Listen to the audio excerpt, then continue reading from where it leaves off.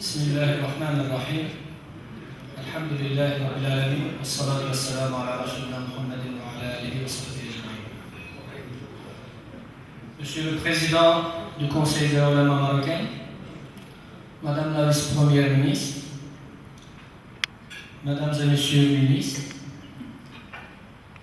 Votre Excellence, Mesdames et Messieurs les bourgmestres, Mesdames et Messieurs, chères sœurs, chers frères, chers amis, en vos titres et qualités, Salam alaikum, que la paix soit sur vous. C'est un grand honneur et une immense joie pour moi de vous revoir à l'occasion de cet iftar. Monsieur le Président, je tiens tout d'abord à vous adresser mes chaleureux remerciements pour votre aimable invitation. Cet iftar est en train de devenir une tradition et il consacre le lien de fraternité entre nous tous, les imams qui officient en Belgique et qui représentent quant à eux tous nos sœurs et frères musulmans. Vous êtes tous conscients de nombreux défis auxquels la communauté musulmane doit faire face, mais nous sommes convaincus du pouvoir des échanges éducatifs et culturels entre peuples, et plus particulièrement entre musulmans de toute origine. C'est ce message que l'exécutif des musulmans de Belgique vise à réaliser depuis sa création.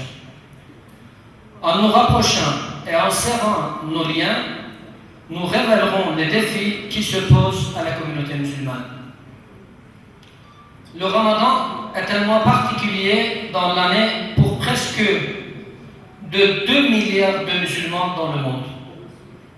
Ce que nous pouvons comprendre de ce culte sacré du mois de Ramadan, c'est qu'il nous enseigne beaucoup de leçons et de règles morales.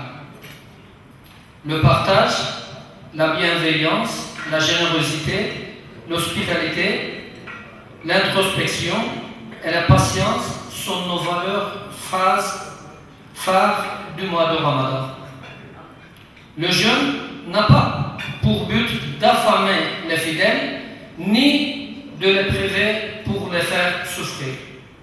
Il nous aide à développer en nous le sens de la vertu, le développement de l'âme et l'affermissement de l'esprit, de solidarité et du partage social. Il incite les gens aisés à aider les autres qui souffrent de la précarité et qui se trouvent dans un état nécessiteux. Le mois de Ramadan est le mois du Coran. Il marque le début de la révélation du Coran, le livre saint des musulmans. À l'occasion du repas de rupture du jeûne qui nous rassemble ce soir et qui s'inscrit également dans un cadre du dialogue interculturel, il m'est agréable de partager avec vous, tous ici présents, les vertus de ce mois béni et les valeurs que ce dernier nous inspire. Avant de terminer, je vous signale que cette rupture du jeûne me rappelle 3 choses. Premièrement, remerciement à Dieu pour tout ce qu'il nous a pourvu. Deuxièmement, remerciement également à ceux et celles qui organisent cet iftar. Et le plus important est qu'il nous rappelle le partage et la fraternité. Je vous souhaite à toutes et à tous un bon iftar et un excellent mois de Ramadan. Salam alaikum wa rahmatullah. Merci. La parole maintenant est à Monsieur le Président du Conseil européen des Ulama marocains, Monsieur Tarek Touchel.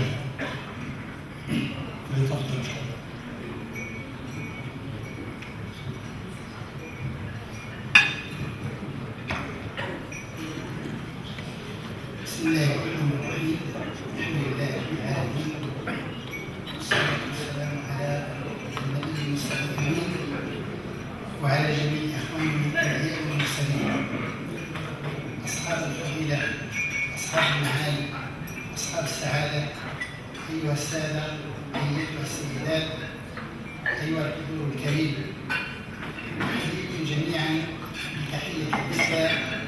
تحية الإسلام السلام عليكم ورحمة الله تعالى وبركاته. أسعد الله ليلتكم بكل خير وطبتم وطاب ممشاكم وطاب مقامكم. وبعد فيسر المجلس الأوروبي للعلماء المغاربة غاية السرور وأتمه، يسعده ويشرفه أن يرحب بكم في هذا الحفل الكريم الذي أقيم على شرفكم بمناسبة شهر رمضان. فأحييكم تحية خاصة وأشكركم شكرا خالصا على تلبيتكم الدعوة وعلى الحضور معنا على مائدة الإفطار.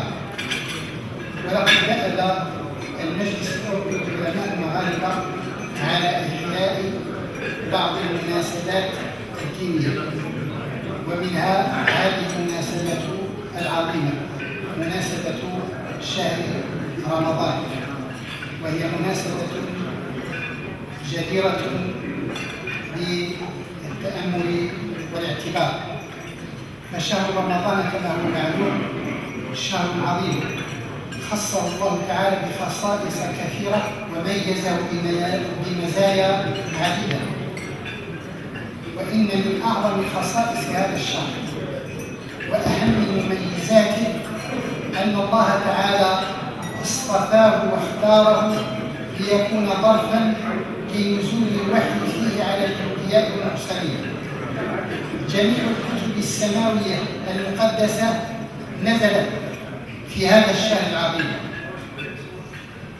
نزلت صحف إبراهيم في شهر رمضان، وأنزلت التوراة على موسى في شهر رمضان، وأنزل الإنجيل أيضا في شهر رمضان، وأنزل الزبور على داود في شهر رمضان، وأنزل القرآن الكريم في شهر رمضان. فلذلك فرض الله تعالى صيامه على المسلمين وعلى الأمم من قبلنا، شكرا لله تعالى على نعمة إنزال الوحي في هذا الشهر العظيم. لذلك شهر رمضان تشارك فيه جميع الديانات السماوية، فجميع الكتب السماوية نزلت في شهر رمضان، ولذلك شهر رمضان يحتفى به في جميع الديانات السماوية الإلهية. فلهذا نحن حينما نصوم شهر رمضان إنما نصومه شكرا لله تعالى على نعمة إنزال القرآن الكريم. وحينما نحيي ليلة القدر إنما نحييها إحياء بذكرى نزول القرآن الكريم. بل إن الأعياد الرسمية الدين للمسلمين لها ارتباط بنزول القرآن الكريم. فعيد الفطر السعيد يأتي في نهاية شهر رمضان، الشهر الذي بدأ فيه نزول القرآن الكريم. وعيد الأضحى المبارك يأتي في يوم العاشر من شهر ذي الحجة، الشهر الذي اكتمل فيه نزول القرآن الكريم. فالقرآن ابتدأ نزوله مع قوله تعالى: اقرأ باسم ربك الذي خلق الإنسان من علق، واكتمل نزوله مع قوله تعالى: اليوم أكملت لكم دينكم وأتممت عليكم نعمتي ورضيت لكم الإسلام دينا. لهذا شهر رمضان خصه الله تعالى بنزول الوحي فيه على الأنبياء والمرسلين. فلهذا نحن نحتفل بهذا الشهر العظيم ونصوم فيه ونكثر فيه من الابتهالات والتضرعات الى الله تبارك وتعالى. فنسأل الله تعالى أن يجمعنا على طاعته وأن يوفقنا لمرضاته. السلام عليكم ورحمة الله تعالى وبركاته.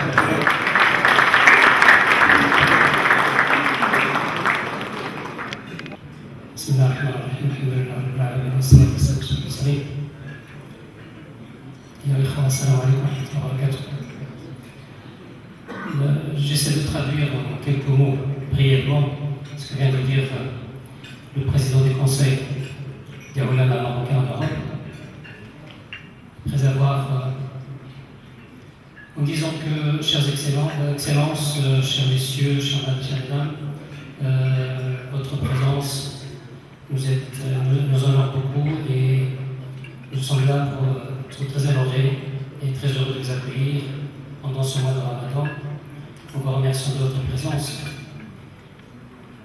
Ensuite, M. le Président a parlé en disant que le Conseil, pendant ce mois de Ramadan, organise chaque année, ça devient une tradition, un iftar, en développant par la suite quelques préceptes sur le mois de Ramadan, en disant que le mois de Ramadan est un mois qui est privilégié dans le Coran par rapport à d'autres mois. Et c'est le privilège, parmi ces privilèges, par excellence, le privilège de la descente du Coran, tout en rappelant que la descente du Coran, comme la descente des autres livres, Shia pour Abraham et la Torah pour Moïse, les évangiles pour Jésus, le Coran aussi a été descendu comme les autres livres pendant ce mois de Ramadan.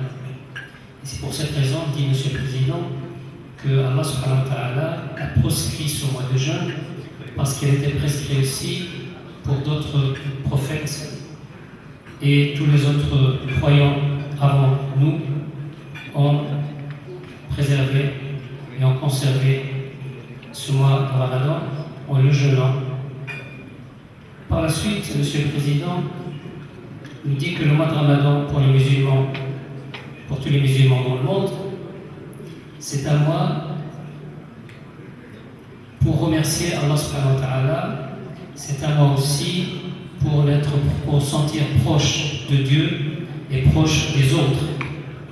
Et puis par la suite, dans un paragraphe, M. le Président nous a parlé des fêtes religieuses. Il a dit que les fêtes religieuses viennent toujours à la fin d'un grand effort déployé et conjugué par les musulmans, comme par exemple l'Aïd, le fête par exemple, vient juste après le Ramadan. On peut dire aussi que pour le pèlerinage, vient aussi après le Hajj, la fête du sacrifice du mouton, comme on dit, vient après le Hajj, et ainsi de suite. Donc le mois de Ramadan pour les musulmans, c'est un mois aussi de remerciement, il y a un mois d'imploration, il y a un mois de dévotion, il y a un mois de don de soi pour soi-même et pour les autres. Et à la fin, M. le Président vous remercie pour votre présence et tout en indiquant que le Conseil est très honoré de votre présence. Merci.